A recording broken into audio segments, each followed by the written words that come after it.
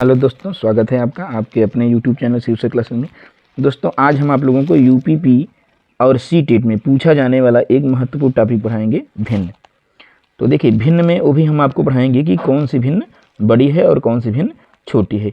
इसको हम आपको एक सार्टिक विधि से बताएंगे कि कैसे आप पहचान कर लेंगे और कम समय में आप कौन सी भिन्न बड़ी है या छोटी है बता सकते हैं। तो चलिए देखिए, पहला क्वेश्चन है कि 3/4 और 5/6 में कौन सी भिन्न बड़ी है। देखिए, जब आपको दो पद मिले, जैसे देखिए यहाँ 3/4 और 5/6 दो भिन्न है, तो अगर आपसे पूछे कि 3/4 और 5/6 में कौन सी भिन्न बड़ी है या कौन सी भिन्न छोटी है, इस केस में हम क्या करेंगे, तिरछा इसका गुणा कर देंगे। यानी कि पहले वाले अंश का दूसरे वाले हर में यहाँ गुणा करेंगे और दूसरे वाले अंश का पहले वाले हर में। तो चलिए यहाँ गुणा करके यहाँ लिखेंगे, यानी 3/4 में 3 का हम 6 में गुणा करके उसके ऊपर लिख देंगे, तो 6 18 हो जाएगा।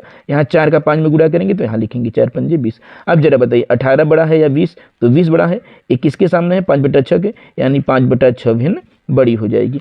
इसी प्रकार देखिए अगला क्या है, अगला है कि 3/5 या 7/4 में कौन सी भिन्न बड़ी है। इसमें भी देख लीजिए, यहाँ 3/5 है और यहाँ 7/4 है। इसमें बताना है कि कौन सी भिन्न बड़ी है। देखिए यहाँ क्या करेंगे, इसका गुणा हम 3 में करेंगे, 4 का 3 में, 4 3 12 लिख देंगे और 5 का 7 में गुणा करेंगे, 5 7 35। अब जरा बताइए, 35 बड़ा है या 12?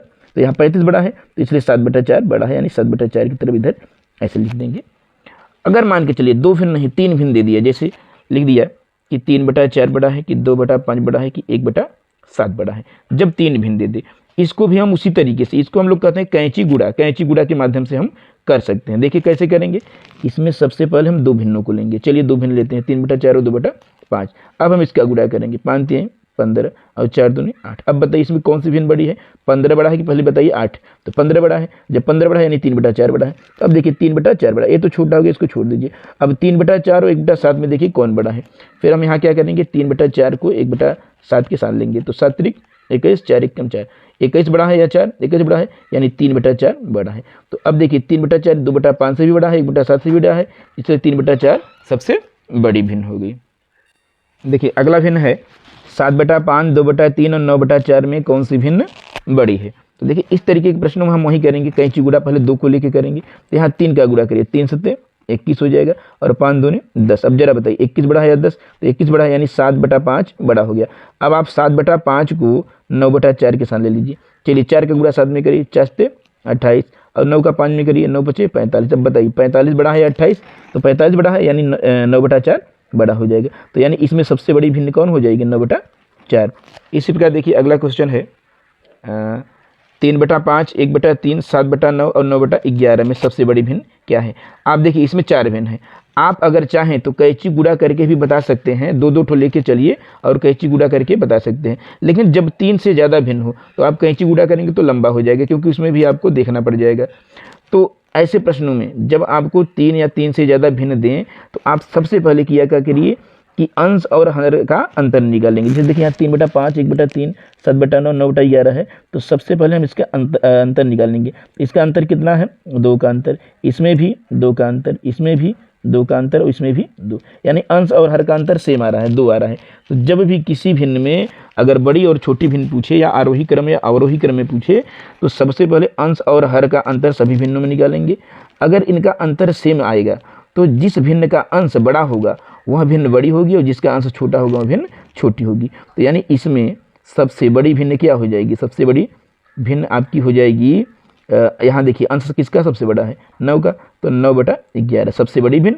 अब अगर कह देता कि सबसे छोटी भिन्न कौन सी है, तो सबसे छोटी भिन्न इसमें हो जाता आपका 1/3, क्योंकि इसमें एक अंश है जो कि इन सब के अंश में सबसे छोटा है।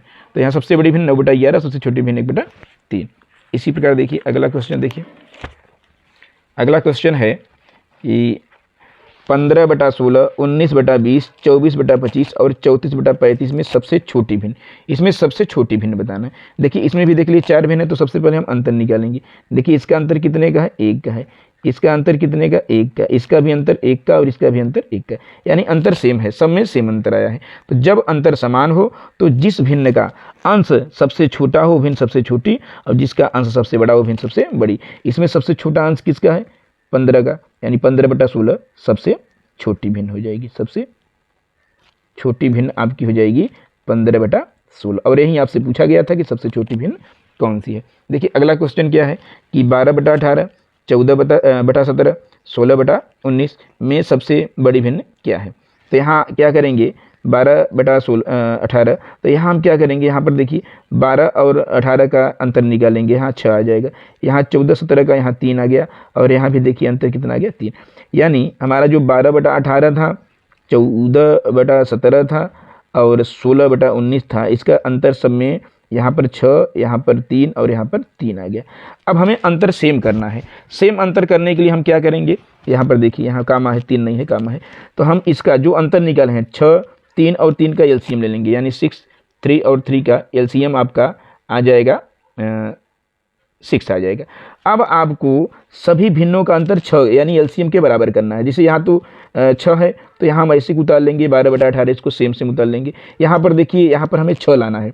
यहाँ जितना हमारा एलसीएम आया है इनका अंतर भी वहीं आना चाहिए, लेकिन यहाँ पर 3 है, यहाँ पर 3 है। यहाँ 6 लाने के लिए हम कितने का गुणा करें, 2 का। तो इसी 2 का आप इस अंश और हर में गुणा करेंगे। तो चलिए इसमें गुणा करेंगे 14 में, तो 14 दूनी 28 हो जाएगा और 17 दूनी 34 हो जाएगा। फिर इसी प्रकार इसमें भी 2 का गुणा करेंगे, तो इस 2 का ऊपर करेंगे 16 में, 16 दूनी 32 हो जाएगा और 19 दूनी 38 हो जाएगा। अब देखिए अंतर यहाँ भी 6 का है, यहाँ भी देखिए 6 का अंतर आ गया और यहाँ भी 6 का अंतर। अब अंतर समान हो गया। अब देखिए जिस भिन्न का अंश सबसे बड़ा होगा वो भिन्न सबसे बड़ी हो जाएगी। तो देखिए इसमें क्या है कि 32 सबसे बड़ा है और ए इसका मान है 16/19 का मान है।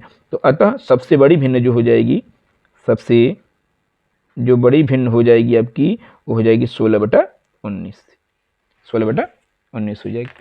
देखिए इसी प्रकार देखिए अगला क्वेश्चन है, देखिए इसी प्रकार अगला क्वेश्चन, 5/8, 7/12, 3/4 और 13/16 में सबसे बड़ी भिन्न क्या होगी। इसमें आपको बताना है कि सबसे बड़ी भिन्न क्या हो जाएगी। देखिए वहीं काम हम करेंगे। सबसे पहले हम देखेंगे अंतर कितने का है। तो पहले आप इधर लिख लीजिए 5/8, 7/12, 3/4 या 13/16। देखिए अंतर इसका कितना का है, 3 का, इसका 5 का अंतर है। इसमें देख लीजिए 1 का अंतर है, इसमें कितने का है, 3 का अंतर।